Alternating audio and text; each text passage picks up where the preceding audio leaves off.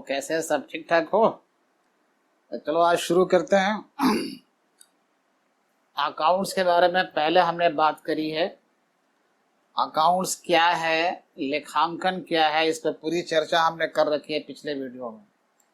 Accounts को पूरा हमने डिफाइन कर दिया है। ये एक प्रकार का स्टेटमेंट है किसी भी पर्सन के लिए, किसी भी ऑब्जेक्ट के लिए, किसी भी थिंग के लिए एक स्टेटमेंट है जो according to rules and principles of accountancy इसको हम लोग लिखते हैं, डेट वाइज लिखते हैं, क्रोनोलॉजिकल फॉर्म में लिखते हैं और एक निश्चित समय के बाद इसका बैलेंस वगैरह आता है जो कुछ ना कुछ हमें इंफॉर्मेशन देता है अबाउट उस पर्सन के बारे में या फिर वस्तु के बारे में या जिस ऑर्गेनाइजेशन के बारे में। तो पिछले वीडियो हमने विस्तृत चर्चा किया है इस बारे में। आज हम पढ़ाना चाह रहे हैं, बताना चाह रहे हैं कि ये जो अकाउंट्स है इसके कितने क्लासिफिकेशन, कितने पार्ट्स हो सकते हैं या कितने काइंड्स हो सकते हैं। तो यह टॉपिक हमने लिख दिया है क्लासिफिकेशन ऑफ अकाउंट्स, कितने क्लास में डिवाइड कर सकते हैं। तो पहला है, इसका पहला क्लास है पर्सनल अकाउंट। क्योंकि जब तक हम ये जानेंगे नहीं तब तक हम अपने व्यापार के लिए, अपने बिजनेस के लिए अकाउंटिंग करना मुश्किल होता है। तो पूरे अकाउंट्स को 3 हिस्सों में बांटते हैं। तो पहला हिस्सा है अकाउंट्स का, पहला हिस्सा अकाउंट्स का है पर्सनल अकाउंट। अगर हिंदी में कहना चाहे तो इसको हम लोग कह सकते हैं व्यक्तिगत खाता। ये पर्सन वर्ड से बना है। जब हम अंग्रेजी वर्ड के पर्सन को समझेंगे तो पर्सन को अंग्रेजी में, हिंदी में हम लोग आदमी कह सकते हैं, व्यक्ति कह सकते हैं, लेकिन यहाँ भी गड़बड़ है। जब आदमी कहते हैं तो लोग अलग अलग माने निकालते हैं इसका, अलग अलग जगह के हिसाब से, अलग अलग शास्त्रों के हिसाब से आदमी का मतलब निकालने लगते हैं। कहीं आदमी का मतलब मानव से है, कहीं आदमी का मतलब किसी स्त्री के पति से भी होता है। तो उसमें कहीं नहीं जाना है कि स्त्री के लिए क्या होगा, दिल्ली में लोग क्या कहते हैं, हरियाणा में आदमी का मतलब क्या होता है। आदमी का मतलब अलग निकालना चाहोगे अलग अलग निकलता जाएगा। प्रौढ़ भी कहते हैं, अडल्ट भी कहते हैं, किसी का पति भी कहते हैं। ये सब नहीं लगाना है मतलब, बस सिर्फ हमें लगाना जो नेचुरल पर्सन है, वो चाहे बच्चा हो या बूढ़ा हो या जवान हो, जो एक इंसान के रूप में है। इस लेखा शास्त्र जो हमारे अकाउंट्स है या अकाउंटेंसी है, उसके अंदर इसके डिफिनेशन का मतलब निकालना है। अकाउंटेंसी के अंदर पर्सन का क्या मतलब है, क्योंकि पर्सन से ही पर्सनल बना है। तो इसका मीनिंग कहीं और नहीं ढूंढना है, कहीं नहीं जाना है आपको, बिल्कुल अकाउंटेंसी के अंदर ढूंढना है कि वहां पर्सन का क्या मतलब है। और जो पर्सन वर्ड आता है उसी पर्सन से पर्सनल बनता है। और पर्सन का सीधा मतलब जो हम लोग इंसान कहते हैं, जो मानव कहते हैं, चाहे वो बच्चा हो या बूढ़ा हो, स्त्री हो या पुरुष हो, कोई भी ऐसा हो सकता है। ये सब एक नाम हम लोग तो उसको मानव कह सकते हैं, पर्सन कह सकते हैं। अब अलग बात है कि पर्सन में फीमेल, मेल, चाइल्ड ये सब होते रहते हैं। ऐसा कुछ नहीं लगाना है कि मेल है या फीमेल है या चाइल्ड है, अडल्ट है, क्या है, ऐसा कोई मतलब नहीं है। बस एक पर्सन होना चाहिए, नेचुरल पर्सन होना चाहिए। तो जवान बूढ़ा कुछ भी हो चलेगा। तो अगर कोई भी अकाउंट लेखा शास्त्र में या अकाउंटेंसी में, कोई भी अकाउंट अगर ऐसे किसी नेचुरल पर्सन या किसी पर्सन के नाम से है, या किसी बैंक के नाम से, या किसी कंपनी के नाम से, या किसी ऑर्गेनाइजेशन के नाम से, किसी एसोसिएशन के नाम से, किसी क्लब के नाम से है, किसी ट्रस्ट के नाम से है, या किसी सोसाइटी के नाम से है, कोई भी अकाउंट जब ऐसे नामों से है तो उसको हम लोग क्या समझेंगे, पर्सनल अकाउंट कहेंगे। Any account in the name of banks, company, natural person, other organisations, association of persons, partnership firm, etcetera etcetera is known as personal account. कोई भी अकाउंट जब इनके नाम से होगा, आप बिजनेस में कोई अकाउंट लिखते हो तो या तो मोहन अकाउंट लिखते होंगे या मोहन का खाता लिखते होंगे। Furniture account, furniture account, machine account, ये सब खाता बार बार हम लिखते हैं। लेकिन इसमें कौन खाता पर्सनल है, इसमें कौन अकाउंट पर्सनल कहलाएगा, ये सोचना पड़ेगा। तो इस प्रकार पूरे अकाउंट्स को 3 हिस्सों में बांटा गया है, जिसका पहला हिस्सा है पर्सनल अकाउंट। अब इस पर्सनल अकाउंट में बैंक आ सकते हैं, कंपनी आ सकती है, कोई संस्था है, कोई एसोसिएशन है, कोई ट्रस्ट है, कोई सोसाइटी है, कोई असली ओरिजिनल आदमी है, यही लोग आएंगे इस पर्सनल अकाउंट में। तो कह सकते हैं कि कोई भी अकाउंट जो किसी नेचुरल पर्सन के नाम से हो, या किसी बैंक के नाम से हो, या किसी कंपनी के नाम से हो, या किसी ऑर्गेनाइजेशन के नाम से हो, या किसी एसोसिएशन के नाम से हो, तो उसको हम लोग पर्सनल अकाउंट समझेंगे। एक क्लियर हो चुका है। एक बात और समझ में आई कि दूसरे शास्त्रों में, दूसरे भाषाओं में, दूसरे तरह के जो ज्ञानवर्धक चीजें हैं, उनमें आदमी का मतलब या पर्सन का मतलब कुछ भी आता होगा आए, लेकिन यहाँ पर अकाउंटेंसी में बैंक को भी आदमी कह रहे हैं, ये एक बैंक को भी पर्सन समझ रहे हैं, एसोसिएशन को भी पर्सन कह रहे हैं, कंपनी को भी पर्सन कह रहे हैं, और हम लोग तो पर्सन हैं ही। तो पर्सन में कंफ्यूजन नहीं होना है।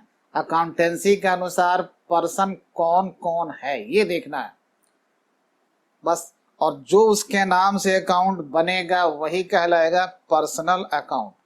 अब आगे बढ़ते हैं। ये जो पर्सनल अकाउंट है, इसके भी फिर अपने 3 प्रकार है। ये पर्सनल अकाउंट फिर 3 हिस्सों में हम लोग बांट कर पढ़ते हैं। ये पर्सनल अकाउंट का जो पहला हिस्सा है उसको हम लोग कहते हैं natural personal account. Natural person कौन है? प्राकृतिक रूप से आदमी कौन है? प्राकृतिक रूप से हम सभी लोग आदमी हैं, इसको नेचुरल बर्थ हुआ है। तो सब लोग जो नेचुरली बर्थ पाए हैं, राम, मोहन, सोहन, करीम, सीता, गीता, ये सब नेचुरल पर्सन है।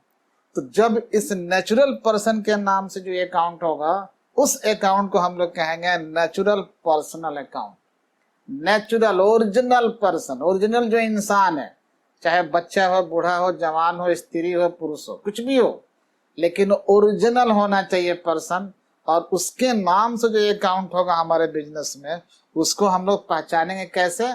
उसको कहेंगे नेचुरल पर्सनल अकाउंट। नीचे लिखा हुआ एग्जाम्पल, जैसे राम से अकाउंट, मोहन से अकाउंट, सीता से अकाउंट, करीम से अकाउंट, सोहन से अकाउंट, जो कहना है कहते चलिए, आराम से पहचान सकते हैं। ये भी पर्सनल अकाउंट के अंदर आएगा। दूसरा प्रकार है पर्सनल अकाउंट का दूसरा प्रकार, इसको कहते हैं आर्टिफिशियल पर्सनल अकाउंट। ये बनावटी आदमी है, आर्टिफिशियल है। जैसा कि पर्सन के अंदर बैंक भी आता है, कंपनी भी है, एसोसिएशन भी है, ऑर्गेनाइजेशन भी है, इन सबको पर्सन समझा जाता है, व्यक्ति समझा जाता है। ये तो असली आदमी तो है नहीं। तो जब ये नकली आदमी हो, संस्थाएं हैं, कंपनी है, फर्म है, ट्रस्ट है, सोसाइटी है, कोई ऑर्गेनाइजेशन है, तो सबका अपना कोई ना कोई नाम तो जरूर होगा। तो ऐसी संस्थाओं को, ऐसी कंपनियों को, ऐसे बैंक्स को जो कि असली आदमी नहीं है लेकिन आदमी के जैसा काम कर रहे हैं, इसलिए इनका नाम आएगा आर्टिफिशियल पर्सनल अकाउंट। तो कोई भी अकाउंट जो बैंक के नाम से, कंपनी के नाम से, एसोसिएशन के नाम से, किसी अन्य संस्था के नाम से, अब ये जो संस्था है, कोई भी संस्था हो, एजुकेशनल हो या रिलीजियस हो, किसी प्रकार के संस्था है, तो उसके नाम से जो अकाउंट हम बनाते हैं उसको कहेंगे हम लोग आर्टिफिशियल पर्सनल अकाउंट। ये भी क्लियर हो चुका है। एग्जाम्पल है इसमें, एनी कंपनी, कोई भी company, Tata India limited, Reliance industries limited, ये कंपनी है। Canara bank, PNB bank account, DAV college account, कोई भी संस्था ले लो आप, तो सब के सब क्या है, अगर इनके नाम से अकाउंट बनता है तो वो अकाउंट कहलाएगा आर्टिफिशियल पर्सनल अकाउंट। उनको पर्सन माना गया है। जो तीसरा प्रकार है पर्सनल अकाउंट का, जो तीसरा प्रकार, third kind of personal account, वो तीसरा है representative personal account. Representative personal account है, ये भी पर्सन। थोड़ी बहुत दिक्कत इसमें आती है, यह एक ऐसा पर्सनल अकाउंट है जो किसी न किसी नेचुरल पर्सन या आर्टिफिशियल पर्सन का नाम छुपा लिया है, उस नाम को रिप्लेस कर देता है। नेचुरल पर्सन हो या आर्टिफिशियल पर्सन है, उसका नाम को छुपा लेता है और उनकी जगह पर ये खुद एक आ जाता है, अकाउंट बन के उभर जाता है। जब अकाउंट बन के उभरेगा और उसके पीछे वो नाम छुपा है जिसकी हमें जरूरत पड़ेगी, आवश्यकता है, जैसे लोन अकाउंट। अगर हम लोन अकाउंट कहीं भी लिख दें बिजनेस में, लोन अकाउंट लिखें जिसके पीछे एक नाम छुपा हुआ, क्योंकि ये लोन या तो लेना है वापस या फिर देना है। तो जब ये लोन लेने और देने की बात आएगी तो हमें उस आदमी का नाम चाहिए, किसको देना है लोन। या तो कोई कैनरा बैंक हो सकता है, या कोई मोहन हो सकता है, कोई सोहन हो सकता है, या लोन हमने लिया ही है तो किससे लिया है लोन, ये बताना बहुत जरूरी है। तो लोन लेना या लोन देना किसी न किसी असली आदमी का काम है या फिर कोई बनावटी आदमी का काम। अगर बैंक है तो बनावटी आदमी, आर्टिफिशियल पर्सन है। तो बैंक से हम लोग लोन लेते हैं तो नाम जानना जरूरी है। तो सिर्फ बैंक कह देंगे तो काम नहीं चलेगा। और कौन सा बैंक है, केनरा बैंक है, पीएनबी है, स्टेट बैंक है, कौन सा बैंक है। और जैसे ही बैंक का नाम रखेंगे वो क्या बन जाएगा, आर्टिफिशियल पर्सन है। तो इसने नाम को छुपा लिया अपने पीछे, उस नाम को नहीं बताया। एक और हो सकता है कैपिटल अकाउंट। ये जो वर्ड आया है कैपिटल अकाउंट, अपने नाम के पीछे एक असली आदमी का नाम छुपा रखा है। ये वर्ड जो है रिजर्व है, सिर्फ और सिर्फ प्रोप्राइटर के लिए, मालिक के लिए। जो बिजनेस का ओनर होता है उसके लिए कैपिटल और ड्राइंग वर्ड आता है, बाकी किसी के लिए नहीं आएगा। तो उस मालिक का कोई न कोई तो नाम होगा, ऑनर का कोई न कोई तो नाम अवश्य होगा। और ऑनर क्या है, ऑनर एक नेचुरल पर्सन है और यहाँ पर उसका नाम छुप गया है। लेकिन ये जैसे ही वर्ड आया मुकम्मल इंफॉर्मेशन देता है कि capital belongs to the owner of the business. मुकम्मल इंफॉर्मेशन है, किसी का नहीं हो सकता। तो सिर्फ कैपिटल वर्ड हम सुन लेते हैं तो पता लगे कि ये ऑनर का फंड है। तो ऑनर कौन है, कोई न कोई नेचुरल पर्सन होगा या हो सकता है कि आर्टिफिशियल पर्सन हो। तो जब ये वर्ड किसी आर्टिफिशियल या नेचुरल पर्सन के नाम को छुपा लिया है और उसकी जगह पर ये आ चुका है, इसलिए इसको कहते हैं रिप्रेजेंटेटिव पर्सनल अकाउंट। अब इस वर्ड में एक मतलब छुपा हुआ है रिप्रेजेंटेटिव में। रिप्रेजेंटेटिव हम उसको कहते हैं the person who talks on behalf of other, वह व्यक्ति जो दूसरों की तरफ से बात करता हो, दूसरे की बात करता हो या दूसरों की तरफ से बात करता, अपनी बात तो नहीं कर रहा। अपना भले चेहरा दिखा रहा, फेस दिखा रहा हो, ये ठीक है, लेकिन जब वो बात कर रहा है तो किसी दूसरे को रिप्रेजेंट कर रहा है। सिमिलरली यहाँ पर जो अकाउंट, ये वर्ड लिखा है कैपिटल अकाउंट या फिर लोन अकाउंट, ये अपना फेस तो दिखा रहा है लेकिन अपने बारे में नहीं बता रहा। एक छुपाया हुआ नाम है पीछे, उसके बारे में इंडिकेट कर रहा है। जब कोई भी अकाउंट अपने पीछे किसी नेचुरल पर्सन या आर्टिफिशियल पर्सन का नाम हाइड कर रखा है, रिप्लेस कर रखा है, तो उसको हम लोग क्या कहेंगे, रिप्रेजेंटेटिव पर्सन अकाउंट कहते हैं। क्योंकि पर्सन का नाम छुपा है और उस पर्सन को ये रिप्रेजेंट कर रहा है। और इस प्रकार एग्जाम्पल बहुत सारे हमने दे रखा है। यहाँ पर लिखा है कि it replaces the name of the natural और artificial persons and acts in their place, और उनकी जगह पर ये खुद काम करता है। It talks on behalf of other, ये दूसरे अकाउंट की तरफ से बात करते हो। दूसरे अकाउंट कौन है, नेचुरल पर्सन है या फिर आर्टिफिशियल पर्सन है, लेकिन थोड़ा उनको हाइड कर रखा है, छुपा रखा है। और इस प्रकार ये भी क्या है, पर्सनल अकाउंट है। इसमें थोड़ी बहुत एक कठिनाई आ सकती है। कई बार जो हमारे व्यापार के जो एक्सपेंस है, एक्सपेंस में पहले बता चुका हूं, जो हमारे व्यापार के जो इनकम है या एक्सपेंस है या लॉस है, जैसे सैलरी है, वेजेज है, रेंट है, ये सब एक्सपेंस है। अगर इस एक्सपेंस के पहले या बाद में जो हमारे व्यापार के जो एक्सपेंस है उसके पहले या उसके नाम के बाद में कोई अगर प्रीफिक्स, अंग्रेजी में प्रीफिक्स या सफिक्स ऐड कर दिया जाए, तो जो भी आप ऐड करोगे फट से वो क्या बन जाएगा, रिप्रेजेंटेटिव पर्सन अकाउंट बन जाएगा। जैसे यहाँ पे एग्जांपल है, प्रीपेड या आउटस्टैंडिंग एक्सपेंस ETC, या तो प्रीपेड रेंट कह ले, रेंट एक एक्सपेंस है, उसके पहले हमने क्या जोड़ दिया, प्रीपेड, या उसके बाद पहले क्या जोड़ दिया, आउटस्टैंडिंग रेंट, प्रीपेड इंश्योरेंस या outstanding insurance, outstanding repair and maintenance. अगर कोई एक्सपेंस है और उसके पहले कोई प्रीफिक्स या सफिक्स वर्ड ऐड कर दिया जाए तो वो जो एक्सपेंस है वो भी पर्सनल बन जाता है। और कौन सा पर्सनल, इन तीनों में से वो भी बन जाता है representative personal account. For example, अगर हम यहाँ जोड़ दें प्रीपेड सैलरी या प्रीपेड इंश्योरेंस या आउटस्टैंडिंग रेंट, इसका माने क्या है? आउटस्टैंडिंग रेंट का मतलब है रेंट बाकी है, तो किसको बाकी है, नाम ढूंढ रहा है वो, उस नाम को छुपा लिया। अगर हम कहें कि किराया बाकी है, आउटस्टैंडिंग रेंट है, तो किसको बाकी है, किसको दीजिएगा, किसको ड्यू है ये रेंट, तो नाम यहाँ पर छुपा हुआ है, तो उस नाम को छुपा कर ये आ गया है। तो जब ये नाम को हाइड करता है, खुद सामने दिखाता है फेस, तो उसको हम लोग कहते हैं रिप्रेजेंटेटिव पर्सनल अकाउंट। ये ध्यान रखना है आपको, ये नाम छुपा कर आ गया है, तो किसी भी एक्सपेंस या इनकम के नाम के पहले या उसके नाम के बाद कोई प्रीफिक्स या सफिक्स वर्ड आप ऐड करोगे तो क्या बन जाएगा, रिप्रेजेंटेटिव पर्सनल अकाउंट बन जाएगा। क्लियर यहाँ तक है? एग्जाम्पल यहाँ पर दिया हुआ है, यहाँ तक बात खत्म हो गई। और ये मुझे लगता है कि आप समझ चुके होंगे। तो इस प्रकार पर्सनल अकाउंट के 3 प्रकार हो गए। पहला प्रकार नेचुरल पर्सनल अकाउंट, जैसा हम सब लोग नेचुरल पर्सन है, मेल हो फीमेल हो, बच्चा हो बूढ़ा हो, कोई भी हो, all natural persons are called personal natural personal account. Sita Gita Mita जितना नाम रखना है सब रख लो, सब इसके नाम से। पर्सनल अकाउंट का दूसरा प्रकार है आर्टिफिशियल। आर्टिफिशियल का मतलब होता है कृत्रिम, बनावटी, जो असली नहीं हो। तो जितने कंपनी है, बैंक है, एसोसिएशन है, ये सब के सब क्या है, इनको पर्सन माना जाता है, नकली पर्सन, ये असली पर्सन नहीं है, ये बनावटी है। और जो अकाउंट ऐसे बनावटी लोगों के नाम से है, ऐसे नकली लोगों के नाम से होता है, तो ऐसे नकली लोगों के लिए हमें क्या कहते हैं, आर्टिफिशियल पर्सनल अकाउंट है।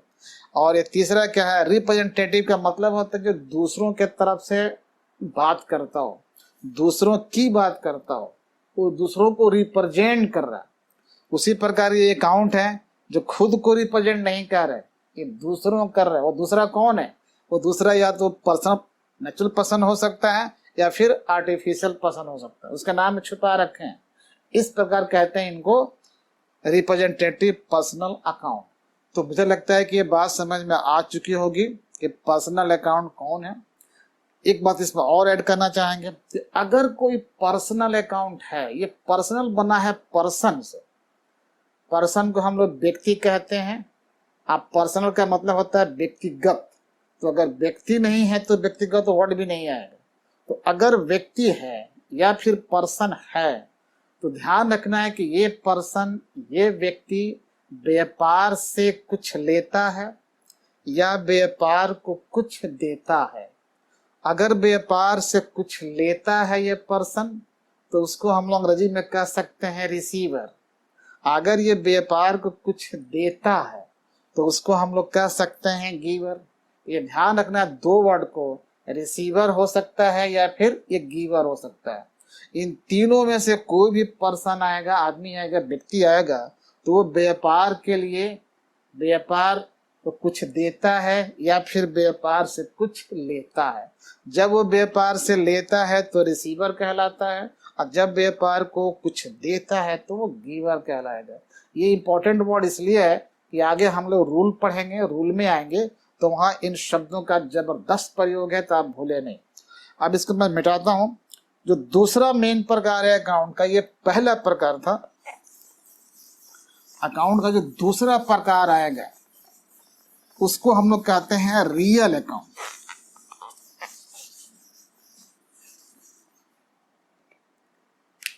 ये पहला प्रकार हो गया था और ये है दूसरा रियल अकाउंट। इसको हम ब्रैकेट भी सकते हैं एसेट अकाउंट, समझने के लिए आप समझिए चीज को।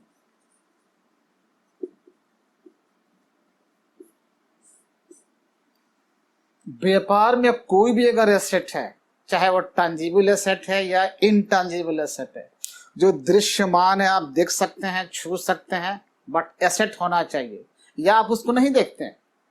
अगर आप देखते हैं तब भी एसेट और नहीं देखते हैं तब भी, समझना है कि एसेट है या नहीं है।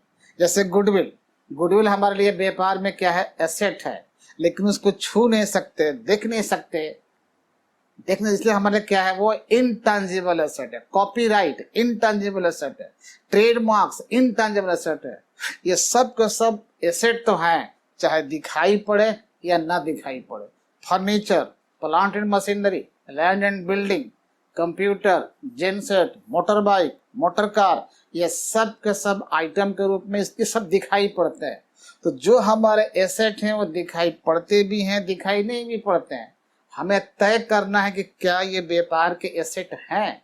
अगर आपने फिक्स कर दिया, डिटरमाइन कर दिया कि हाँ जी ये व्यापार के एसेट हैं, क्योंकि एसेट की चर्चा मैं पहले कर चुका हूँ कि किस चीज को हम लोग एसेट समझेंगे और एसेट नहीं समझेंगे। तो अगर आपने तय कर लिया है कि ये आइटम क्या है, एसेट है, तो अगर उस एसेट के नाम से कोई अकाउंट है तो उस अकाउंट को हम लोग कहेंगे रियल अकाउंट। कुछ लोग यार ये कहते हैं कि जिसको छू सकते हैं, देख सकते हैं, उसके नाम से जो अकाउंट है वो एसेट अकाउंट। ये पूरी बात नहीं है। मैं कहता हूं बस एक बात होनी चाहिए, उससे छुओ या मत छुओ, देखो या मत देखो, बस तय कर लो क्या वो एसेट है। अगर वो एसेट है तो व्यापार में उसके नाम से जो अकाउंट होगा उसको हम लोग कहेंगे रियल अकाउंट। तो ये रियल अकाउंट एक वस्तु के रूप में भी हो सकता है, अदृश्यमान हो सकता है। तो जब ये वस्तु के रूप में हो सकता है, मतलब पर्सन नहीं हो सकता। पर्सन में से तीनों अकाउंट में से कोई नहीं, क्योंकि वस्तु है, ये आदमी नहीं हो सकता। ना कोई ये बैंक है, ना ये कंपनी है, ना ये मोहन सोहन है, ना कोई ये एसोसिएशन है। ये संपत्ति है व्यापार के लिए, एसेट है, ये प्रॉपर्टी है। तो जब कोई भी अकाउंट ऐसे एसेट के नाम से हो, प्रॉपर्टी के नाम से हो, तो उसको हम लोग कहते हैं रियल अकाउंट, वास्तविक खाता कहते हैं। दोनों बातें हैं, इसको छू भी सकते हैं, नहीं भी छू सकते हैं, देख भी सकते हैं, नहीं भी देख सकते हैं। तो इम्पोर्टेंट बात क्या है? इम्पोर्टेंट बात यह है कि आप समझिए कि क्या यह एसेट है। अगर तय हो गया कि एसेट है तो अवश्य ये रियल अकाउंट है, बात खत्म हो गई। अब देख, जैसे एग्जांपल है plant and machinery account, furniture account, computer account, अलमीरा account, finance account, land and building account, yes, goodwill account, patent right account, copy right account, ये सब के सब जितना मैंने नाम रखा है ये सब एसेट हैं, और इनके नाम से जो भी अकाउंट बना वो सब क्या है, रियल अकाउंट है। तो बड़ा इजी है इसको समझना। जो तीसरा प्रकार है, एक बात इसमें और बता दें कि जब ये एसेट है या वस्तु है तो ये रिसीवर नहीं बनेगा, ये गिवर नहीं बनेगा, ध्यान रखना है। जब ये एसेट है, एक वस्तु है, तो ये रिसीवर और गिवर नहीं बन सकता, यानी व्यापार से कुछ लेना या व्यापार को कुछ देना इसकी कैपेसिटी में नहीं है। तब किसी माध्यम से ये जो सामान है या वस्तु है व्यापार के अंदर आता है या व्यापार से बाहर जाता है, इतना ही हो सकता है। जब ये व्यापार के अंदर आता है, अंग्रेजी में हम लोग बोल सकते हैं कम्स इन। इन का मतलब यहाँ व्यापार के अंदर, कम्स, आप समझ रहे हो। और जब ये किसी वजह से व्यापार से बाहर जाएगा तो हम लोग बोल सकते हैं कि गोज आउट। बस ये दो लाइन याद रखनी है कि अगर एसेट है तो रियल अकाउंट है, और जब वो रियल अकाउंट है तो व्यापार के अंदर आता है या व्यापार से बाहर जाता है। इट कम्स इन और गोज आउट, इतना याद रखना है। जो तीसरा प्रकार है अकाउंट का जो तीसरा क्लास है वो है नॉमिनल अकाउंट।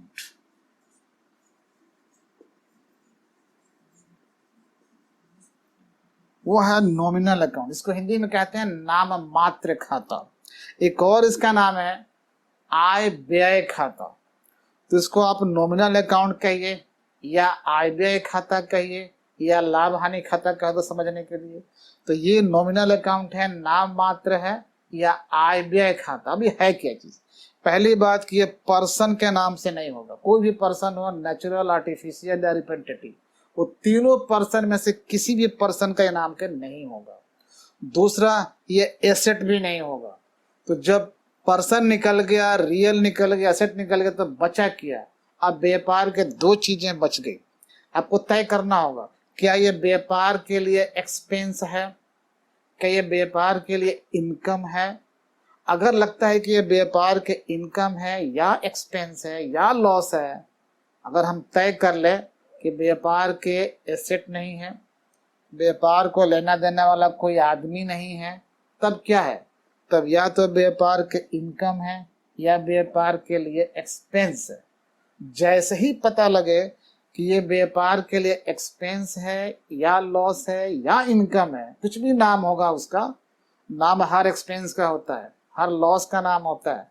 तो जैसे ही पता लग जाए एक्सपेंस या लॉस या इनकम, तो उस नाम से जो अकाउंट बनता है उसको हम लोग कहते हैं नॉमिनल अकाउंट। हिंदी में नाम मात्र, सिर्फ नाम और कुछ है नहीं।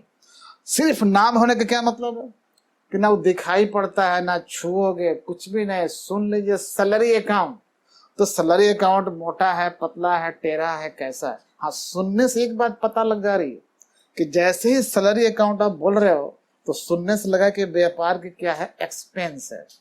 डोनेशन अकाउंट, जैसे हमने सुना कि डोनेशन अकाउंट, तो महसूस होता है, पता लगता है कि व्यापार का या तो एक्सपेंस है या व्यापार के लिए इनकम है।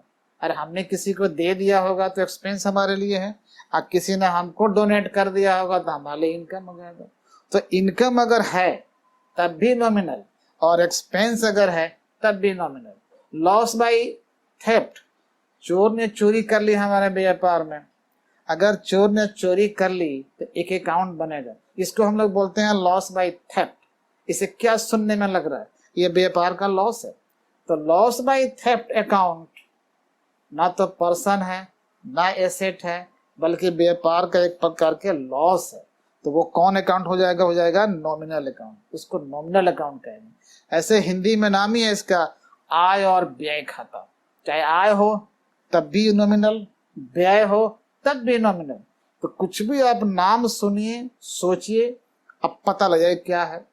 हर एक्सपेंस का अपना एक नाम होता है, हर इनकम का अपना एक नाम होता है, जैसे हर आदमी का अपना एक नाम होता है। Discount allowed account, discount allowed, ये सुनने के बाद क्या लगा? ये सुनने के बाद लग गया कि भाई ये तो एक्सपेंस है व्यापार का। डिस्काउंट रिसीव्ड अकाउंट, ये भी सुनने के बाद लगा कि व्यापार के इनकम है। Commission received, commission paid, salary paid, wages paid, rent paid, ये सब का सब सुनने पे क्या लग रहा है? या तो एक्सपेंस लग रहा है या फिर इनकम आपको पता लग जाएगा। तो इनकम है तब भी नॉमिनल, एक्सपेंस है तब भी नॉमिनल। तो कितना इजी है, एक एक आइटम होगा, सबका अपना एक नाम होगा। जैसे हमने डोनेशन दिया तो डोनेशन अकाउंट आ गया। कई बार हम लोग माल को फ्री में बांटते हैं, फ्री सैंपल देते हैं, जैसे मेडिकल वाले हैं रिप्रेजेंटेटिव, तो ये माल को बांटते हैं डॉक्टर्स के यहाँ जा करके, उसको फ्री सैंपल में जब बांटते हैं तो ये कंपनी का तो लॉस है। फ्री सैंपल नाम आएगा तो फ्री सैंपल अकाउंट। तो आपको तय करना है कि तीनों अकाउंट में कौन सा अकाउंट है, तो तीनों अकाउंट पे ये नॉमिनल अकाउंट हो जाएगा। Conveyance account, travelling account, printing account, stationery account, ये सब का सब क्या है? खर्चा है, एक्सपेंस है। और इन खर्चा या एक्सपेंस के नाम से कोई भी अकाउंट आप लिख रहे हो उसको हम लोग क्या मानेंगे? Nominal account. तो ये बात समझ गए। तो पूरे व्यापार में या बिजनेस में जब हम लोग अकाउंट्स की बात करेंगे, तो पहले बता चुके हैं अकाउंट्स की बात करने में इसकी एक तरह का स्टेटमेंट है। अब उस अकाउंट को हमने मुख्य 3 हिस्सों में बांटा है। पहला हिस्सा बना दिया पर्सनल अकाउंट का, दूसरा हिस्सा बना दिया रियल अकाउंट या एसेट अकाउंट का, और तीसरा बना दिया नॉमिनल अकाउंट का। और इसकी पहचान भी हमने बता दी। तो मुझे लगता है कि पहचान भी मुकम्मल है, और पूरे दुनिया में जो अकाउंट है उनको 3 भागों में बांट सकते हैं। हाँ, अलग बात है कि आगे हम लोग देखेंगे नेक्स्ट वीडियो में कि एक मॉडर्न अप्रोच है, अमेरिकन अप्रोच, उसको मॉडर्न अप्रोच कहते हैं। अगर मॉडर्न अप्रोच की बात हम लोग करेंगे तब थोड़ा सा अकाउंट को बजाय 3 हिस्सों में बांटने का थोड़ा अलग हो जाएगा। तो वहाँ हम आएंगे फिर बताएंगे। फिलहाल आपको ये जो है ना ओल्ड अप्रोच है, इसको ओल्ड भी कहते हैं। तो इसके अनुसार पूरे अकाउंट को मात्र 3 हिस्सों में डिवाइड कर दिया गया। ओके, तो फिर मिलते हैं नेक्स्ट वीडियो में। आप पूरे वीडियो देखिए और बार बार देखिए, समझिए और हमारे चैनल को सब्सक्राइब कीजिए। थैंक यू, धन्यवाद।